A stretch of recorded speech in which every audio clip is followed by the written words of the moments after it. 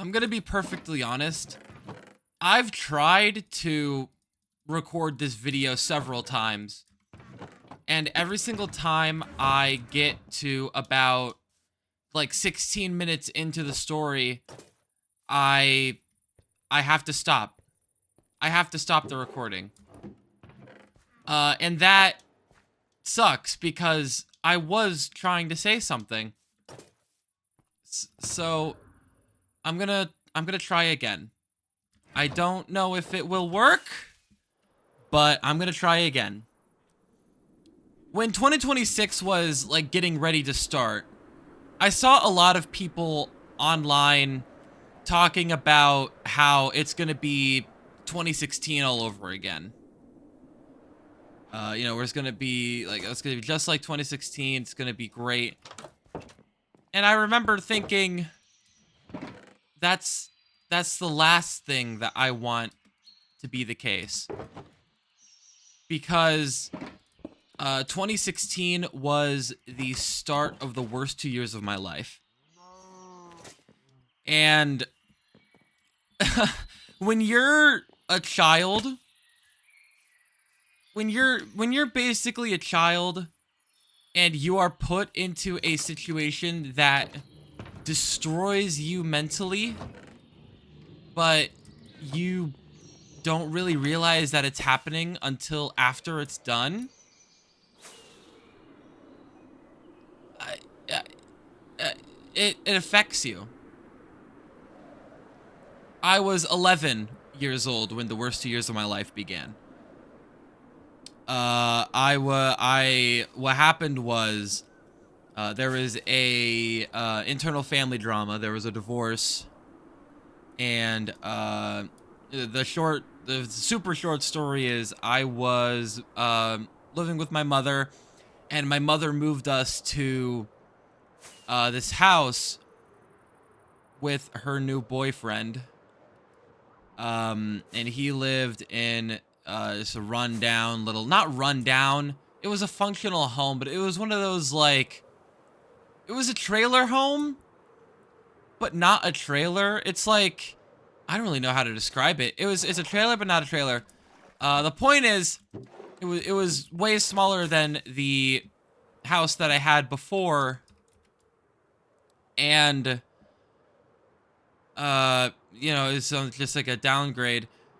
But what happened over the next 2 years was I slowly became a monster.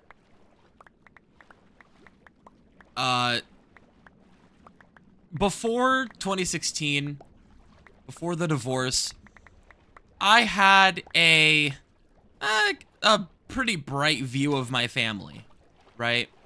I loved my family. I loved my mom, and I loved at the time, my stepdad. And I still do like my stepdad. You know, he was the man I knew as my dad. And I loved my family. I thought that, man, everything was just so wonderful, but mostly everything was so normal. We were just a regular family living our lives.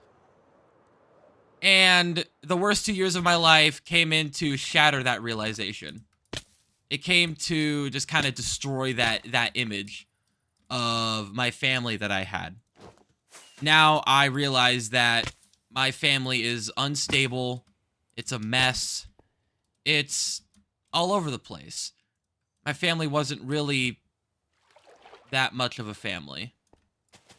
And as a kid, that eats away at you.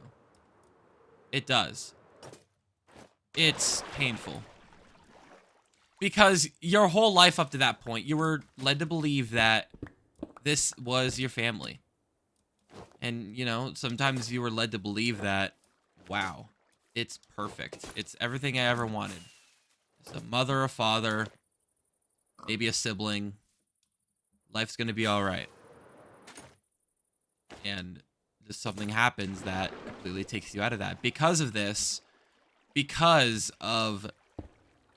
whoops. Because of that, I kind of is went numb the right term for that? I'm not entirely sure, because whenever I talk about like these super personal stories, it's really difficult for me to like put into words sometimes. I kind of just was like, okay, maybe it won't be so bad. You know, sure, it's everything. But another thing about leaving the town that you were living in, the town that is just your sanctuary, the place that you thought was perfect, was that you have to redo all of the work that you did at school. Not like the actual work, because I was going into like what, like 6th grade.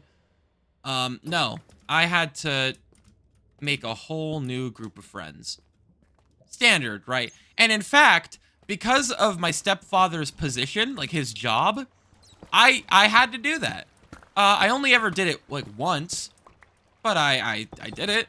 Like, it was when we moved from Oregon to Alaska. You know, of course I had to switch to a new school. It's a different fucking state. But I did it once, and I was like, man, that was tough, but I did it. I got some friends, doing good. And then the worst years of my life came along, where we moved from that little town of Cordova, Alaska, to Valdez, Alaska. That's the town where I suffered those 2 years. Suddenly I had to do it all over again. I have a very vivid memory of completely just breaking down in the middle of class. Like, I was like inconsolable. Like, I don't even remember how long I had been there, but I just couldn't take it anymore. I was devastated. I had to redo my fucking school social life again. And I was just now learning that my family is a lie. That my family is like an illusion. Where I genuinely think, and keep in mind, I'm okay now, but I genuinely felt like at the time, my personal well-being wasn't at the top of anybody's priority. Sure, the people who were taking care of me, my mother and her boyfriend at the time, they tried, but to me, it genuinely felt like they more answered their own calls. Their own drive, if you will. And that just had me slipping further and further away from the candlelight that was my hope. And I remember, like, my hope just completely just died. My hope was gone. I had barely any fight in me left. So, just suffering. That's all I can say. Suffering. Mentally, physically I was fine-ish, but you know, mentally I was just not there. And turning into a monster is probably an understatement. I look at the worst years of my life, and I see it as responsible for my growing apathy that I would put on display. And that apathy would be there for years. Because after the worst 2 years of my life, the recovery from it, starting in 2018, was a fucking nightmare. I genuinely became, like, so self-centered. Ooh, a mine shaft. Sorry, I didn't even know this was here. I became so apathetic. I became genuinely a narcissist. I only really cared about me. And looking back in hindsight, I think that's because at my lowest point during the worst years of my life, I didn't really feel like anybody was looking out for me, paying attention to me. And of course, that sounds like the whoops. And of course, that sounds like the most egotistical thing ever, but that's what I felt at the time. I lost my hope. The future was clouded by the largest rain, wind, and fog storm I had ever seen. There was no clear path for me to go. I didn't know what to do. My words meant nothing in this house. My words meant nothing because I was just the child. I was a lower power. And of course that's the standard, you know. Parents, they have the power because they're your parents, you know. They have that power, but it just didn't really feel like that power was used to help me out a little bit. But also, I think this is also a reflection of my ability to hide my true feelings really well, especially around this time. I was very, very good at just kind of concealing how I feel because I didn't want to agitate anything and end up losing anything that I cherish dear. I know it sounds stupid, but like I was constantly terrified of, you know, getting stuff taken away from me because that's the easiest way to punish a child. So I kept quiet.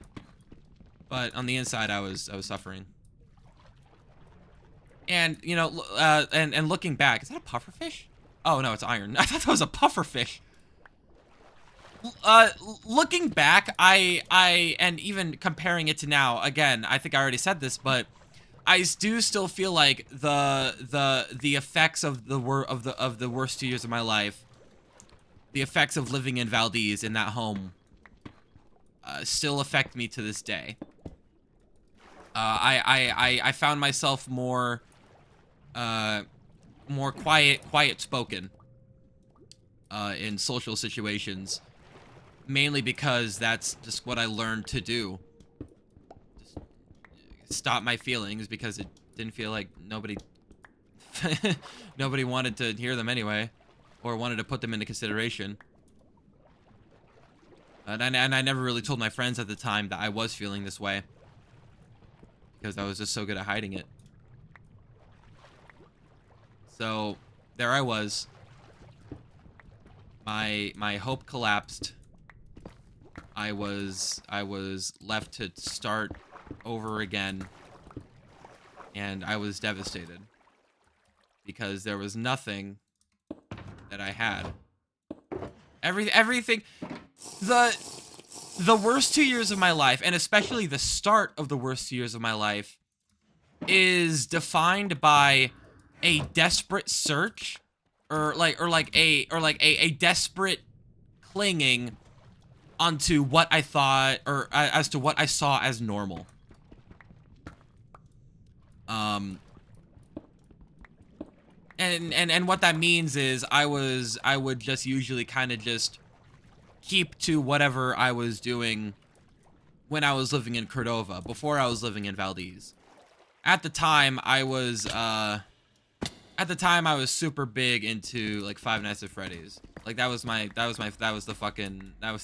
all the school, everyone in school was talking about it. It was the big thing. It had only debuted like 2 years earlier, and Sister Location was on the way. And it was stuff like that, and kind of just like, and Geometry Dash. That's right, I discovered Geometry Dash when living in Cordova, and I started playing that game fucking religiously. I still play it to this day. Yeah, that one's a lot of fun, and I kept playing that. I remember I was still running my main channel during the worst years of my life, and I did a lot of Geometry Dash, like a lot of building streams where I just built garbage for an hour and then stopped. I don't remember. I don't really remember everything that I did, but I did a lot to try to cling to any sense of normality that I knew, because it was all dying. Like my view of what was normal was dying. Um, and one fateful day in late October, I would be some divine intervention or whatever, some like insane crazy stroke of luck would happen to me that would help me out. It would get me through the worst years of my life. It would remind me that there was always light at the end of the tunnel.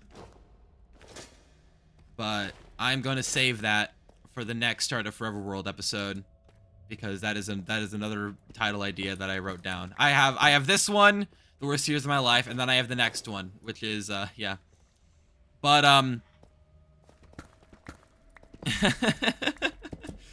it's a really emotional story for me to tell, because obviously I have those memories. I went through it, and it's difficult to reminisce. But I did manage to escape. I did manage to find my hope. And while I still am somewhat in a recovery process, even 9 years removed from the town of Valdez, I've made a lot of progress. I I hope I have, at least. But I'm living a pretty well life right now. I've been consistently happy for a while. Like I haven't really had any like super down days. I'm doing well for myself. You know, I got my creative outlets, my music, and my main channel scripted videos. I got Start of Forever World. I have a Discord server full of people who I can actually call a community. That just blows my mind. Because almost 10 years ago, I was a child in a small little house whose hope was slowly dying away because of the circumstances. Because everything that I had grown up to know was proven to me to be a lie. My castle had crumbled. But I pushed forward. I had a lot of help, but I did push forward. And I did manage to escape. And if you're in a situation where your hope is dead, where everything that you thought was normal is gone, is proven to be nothing, is proven to just crumble away, your castle has crumbled away, please just know that there's always going to be light at the end of the tunnel. There may be no light in the tunnel, but at the very end of it, there's always something. There's something to look forward to. There's a life that you truly want to live. There's a person that you want to be. And please don't ever give that up. Because you, and only you, know who you truly want to be. And if you're in a situation that is destroying you mentally, like, say, for instance, living in a town that just completely goes against everything that you thought you knew, then freedom will come. Freedom will come. You will make it. If you're close to giving up, if that candle of hope has burnt out, if the wick can't burn through the wax anymore, then there's always something out there that can relight it. It's gonna be hard. I never said it was easy. It was a struggle for me to even get to the point. I still can't even believe that I did manage to escape. But it's so worth it, because you will find the life that you deserve. You will find the life that you want, that you need. You will find a life that forged. You will find it. You will. I don't know how many times I can say it. And it's difficult to, sometimes it is difficult to get people to believe that, especially when during this point in their lives, all that they know is just that misery. But I don't know how many times I can say that you have to fight. You have to keep up the fight. I believe in you. The world deserves you. You can make it out alive. My name is Blue Rain. I think you should start a forever world.